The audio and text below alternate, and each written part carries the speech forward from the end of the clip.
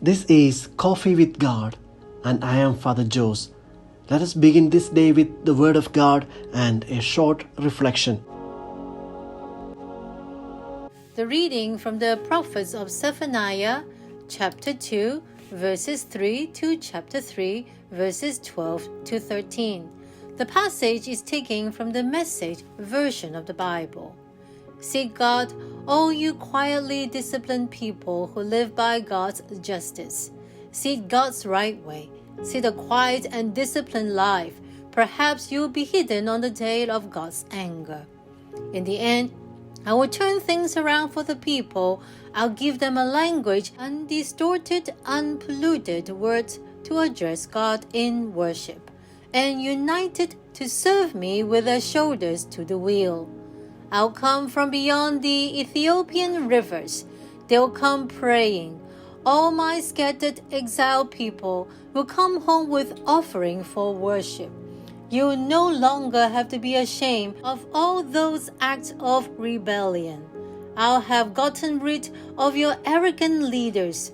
No more pious strutting on my holy hill. I will leave a court of people among you who are poor in spirit. What's left of Israel that's really Israel, they will make their home in God. These court holy people will not do wrong. They won't lie, won't use words to flatter or seduce, content with who they are and where they are, unanxious, they will live at peace.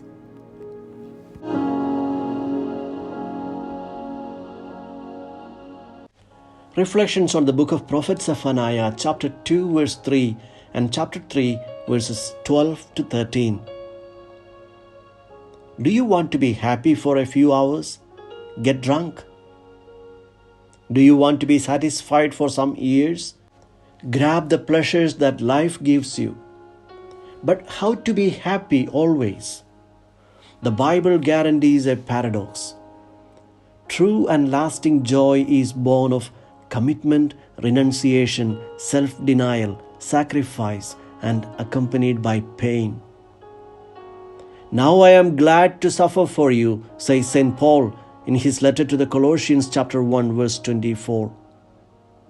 There was a time when God seemed to have allied himself with the rich, welfare, fortunate, and abundance of goods, and numerous offsprings were seen as signs of God's blessings. We read in Deuteronomy chapter 28. Zephaniah lived a few years before the destruction of Jerusalem in a period of social and political chaos. Although belonged to the ruling class, the prophet went against the dignitaries of the court, against the merchants, against the ungodly, and against all those who perpetrate injustice. He threatens the imminent punishment of God, and as the last possibility of salvation, he invites them to conversion to the Lord. To convert means to become like the humble, the poor.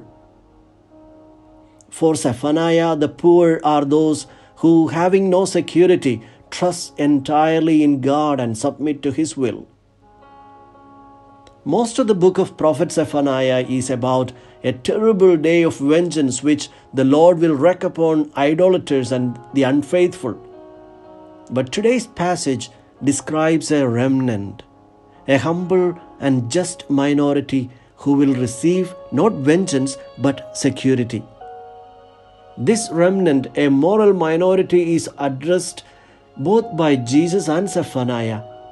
They speak as if they know their message will be lost on the powerful, the self-important people intent on dominating others. But they want their listeners not to choose the path of arrogance, not even to pine for power, but seek justice, seek humility, do no wrong, speak no lies, and to thirst for righteousness, be merciful, and be peacemakers. We are praying with the dignity of being a remnant people. Jesus in today's gospel is speaking to his disciples, whom he wishes to form into a remnant. Matthew pictures Jesus upon a mountainside, presenting a variation of the Ten Commandments. Just as the 10 Commandments are the core of the Jewish way of life and the law to follow, so the Beatitudes are the core of the Christian way of life. Jesus is the new Moses, presenting the new commandments, and tells his followers, "Congratulations, you won the favor of the Lord. Because you are poor and docile, you are a peacemaker, accepted persecutions and pains for the kingdom."